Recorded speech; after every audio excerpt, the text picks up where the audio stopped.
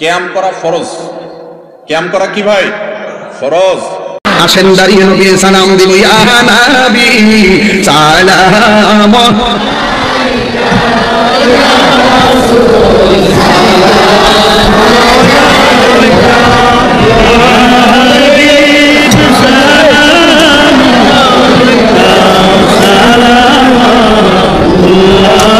কিয়াম না করলে ফরজ তরক হয়ে যাবে।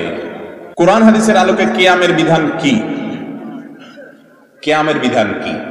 কিয়াম মানে দাঁড়ানো, কিয়াম করা ফরজ। কিয়াম করা কি ভাই? ফরজ। কিয়াম না করলে ফরজ তরক হয়ে যাবে।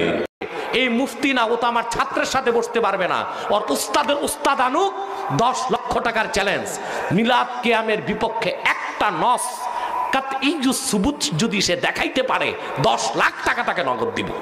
যাকে দাঁড়াইয়া সম্মান করলে খুশি হয় তার ঠিকানা জাহান্নামে। কি বলছেন রাসূল? যাকে দাঁড়াইয়া সম্মান করলে খুশি হয় তার ঠিকানা জাহান্নামে।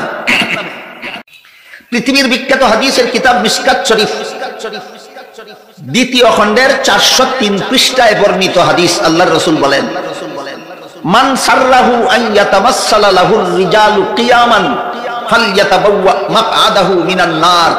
এর অর্থ হইল, যাকে দাঁড়াইয়া সম্মান করলে খুশি হয় তার ঠিকানা জাহান্নামে। আল্লাহ তাআলা বলেছেন, ওয়াকুমু লিল্লাহি কানিতিন। তোমরা আল্লাহর আনুগত্য করতে গিয়ে, আল্লাহর হুকুম মানতে গিয়ে দাঁড়িয়ে যাও, কিয়াম করো। কে নির্দেশ করেছে? আল্লাহ। তাহলে কিয়াম করা কি? ফরজ। তো বসে আছেন কেন? কিয়াম করা ফরজ হলে আমরা সব বসে আছি কেন? ও নামাজের সময়, মাশাআল্লাহ, এই তো আপনারা ধরে ফেলছেন। নামাজের সময় কিয়াম করা কি রে ভাই? ফরজ। প্রশ্ন করেছেন, নূর নবী মুহাম্মদ সাল্লাল্লাহু আলাইহি ওয়াসাল্লামের শানে মিলাদ কিয়াম করা জায়েজ নাই। যে ব্যক্তি ঢালাওভাবে এই কথা বলে সে নেহায়েত মূর্খ এবং জাহেল। কোরআন হাদিস সম্পর্কে তার কোনো জ্ঞান বা ধারণাই নাই। বরং মিলাদের কথাটা সরাসরি হাদিসের মধ্যে এসেছে। হাদিসে পরিচ্ছেদ এসেছে মিলাদের নামে, বাবু মা জা আফি মিলাদিন নবী, তিরমিজি 2য় খণ্ড 204 পৃষ্ঠা, এই নামে পরিচ্ছেদ আছে। দালাইলুন নবুয়াত 1ম খণ্ড, আল আজহার আল কাহিরা মিশরের ছাপ 76 পৃষ্ঠায় পরিচ্ছেদই আছে, বাবু জিকরি মৌলিদুল মুস্তাফা। এভাবে মিলাদের উপর অসংখ্য পরিচ্ছেদ হাদিসের কিতাবে আছে। মিলাদ পড়া সুন্নতে সাহাবা, সওয়াবের কাজ, নেক কাজ, কোনো সন্দেহ নাই। আর মিলাদের কিয়াম হচ্ছে মুস্তাহাব, মুস্তাহসান, সওয়াবের কাজ, নেক কাজ। বলতে পারেন মুস্তাহাব যে তার প্রমাণ কি? আমি বলবো মিলাদের কিয়ামের বিপক্ষে দলিল কি, এটা আগে বলেন। কিয়ামের বিপক্ষে কোনো দলিল না থাকাটাই কিয়ামের পক্ষে প্রথম দলিল। কারণ শরীয়তের হুকুম হচ্ছে ইন্নাল হুকমা ফিল আসলে আল ইবাহা, ইন্নাল আসলা ফিল হুকমে আল ইবাহা। যাকে দাঁড়াইয়া সম্মান করলে খুশি হয় তার ঠিকানা জাহান্নামে। কি বলছেন রাসূল? যাকে দাঁড়াইয়া সম্মান করলে খুশি হয় তার ঠিকানা জাহান্নামে। পৃথিবীর বিখ্যাত হাদিসের কিতাব মিশকাত শরীফ দ্বিতীয় খণ্ডের 403 পৃষ্ঠায় বর্ণিত হাদিস। আল্লাহর রাসূল বলেন, মান সাররাহু আন ইয়াতামাসসালা লাহুর রিজালু কিয়ামান ফালইয়াতাবাওয়া মাকআদাহু মিনান নার। এর অর্থ হইল, যাকে দাঁড়াইয়া সম্মান করলে খুশি হয় তার ঠিকানা জাহান্নামে। কি বলছেন রাসূল? যাকে দাঁড়াইয়া সম্মান করলে খুশি হয় তার ঠিকানা জাহান্নামে। কাজেই আমার নবীকে দাঁড়াইয়া সম্মান করলেই তিনি খুশি হবেন। খুশি হইলে তো ঠিকানা জাহান্নামে হবে। কাজেই যে নবী বললেন যে দাঁড়াইয়া সম্মান করলে যে খুশি হয় সে জাহান্নামী, এই নবীকে দাঁড়াইয়া সম্মান করলেই খুশি হন, হইতেই পারে না। সুতরাং আমার মন গড়া ব্যাখ্যাটা কার বিরুদ্ধে গেল? নবীর হাদিসের বিরুদ্ধে গেল। কার বিরুদ্ধে গেল? নবীর হাদিসের।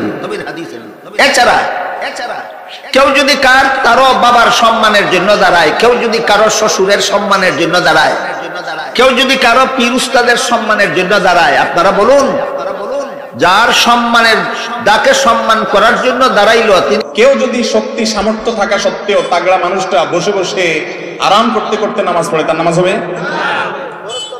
আজকাল তো দেখা যায় যে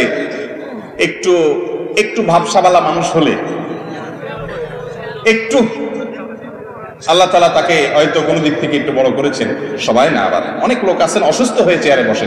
কিছু কিছু লোকের কথা বলতেছে যে সব কাজ করে, লাফালাফি, কুদাকুদি, নাচানাচি সবই পারে, মাশাআল্লাহ, কিন্তু ভদ্রলোক মসজিদে আসলে চেয়ার টেনে বসে। চেয়ারে কিন্তু বসে নামাজ পড়া জায়েজ আছে যে ব্যক্তির জন্য এছাড়া বিকল্প নাই, সে বাধ্য, মাজার রোগ, কোমরের রোগ, অসুখ বিসুখ হয়েছে, ঠিক আছে। কিন্তু অনেকে আছে যে অহেতুক একটু সামান্য শরীরটা মেজমেজ করতেছে, আজকে শরীরটা ভালো লাগতেছে না, বৈশাখ নামাজ শুরু করছে। তো এই কিয়াম না করলে নামাজ হবে? কিয়াম করা মানে দাঁড়ানো। আপনি জিজ্ঞেস করছেন কোরআন হাদিসের আলোকে কিয়ামের বিধান কি, আমি সরল উত্তর দিলাম, নামাজের মধ্যে যে দাঁড়ানো কিয়াম, সেটাও দাঁড়ানো। কিয়াম মানে কি করা? দাঁড়ানো। ওই দাঁড়ানোটা ফরজ। আর বাকি এমনি সময়ে আপনি কি ওয়াজ বসে শুনবেন না দাঁড়ায় শুনবেন, এটা আপনার ব্যাপার। শরীয়ত এখানে কোনো বাধ্যবাধকতা করেনি। আমি ওয়াজ বসে করতে পারি, আমার মনে চাইলে আমি দাঁড়ায় ডায়াসেও বলতে পারি। এক্ষেত্রে শরীয়ত কোনো নির্দেশ নিষেধ করে নাই।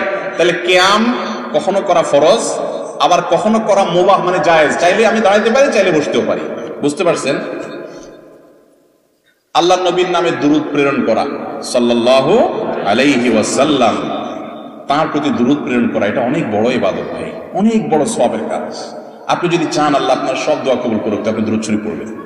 আপনি যদি বিপদে পড়ে যান, সবচেয়ে বেশি দুরূদ শরীফ পড়বেন, দেখবেন সাথে সাথে আল্লাহ তাআলা বিপদ দূর করেছেন।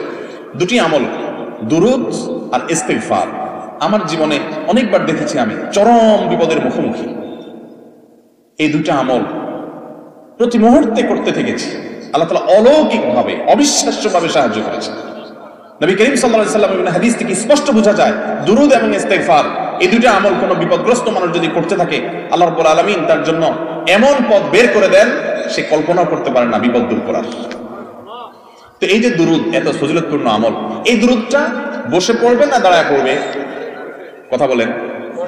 দুরূদ বসে পড়তে হবে না দাঁড়ায় পড়তে হবে? কোথায় আছে দুরূদ বসে পড়তে হবে? এই যে আন্দাজে ফতোয়া দিলে তো হবে না ভাই।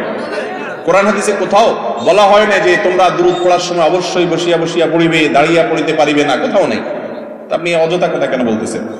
দুরূদ বসে পড়বে না দাঁড়ায় পড়বে, কোরআন হাদিসে এবারে কিচ্ছু বলা হয় না। অতএব এই বসা লোকেরাও দুরূদ পড়তে পারবে, দাঁড়ানো লোকেরাও দুরূদ। কথা কি বুঝতে পারছেন? দুরূদ বসেও পড়ানো যায়, দাঁড়ায়ও পড়া যায়, শুয়েও পড়তে পারে কেউ, কোনো অসুবিধা। কিন্তু কেউ যদি মনে করে দুরূদ পড়তে পড়তে পড়তে পড়তে পড়তে পড়তে একটা পর্যায়ে সবাই দাঁড়ায় যাইতে হবে, তাহলে সমস্যা আছে।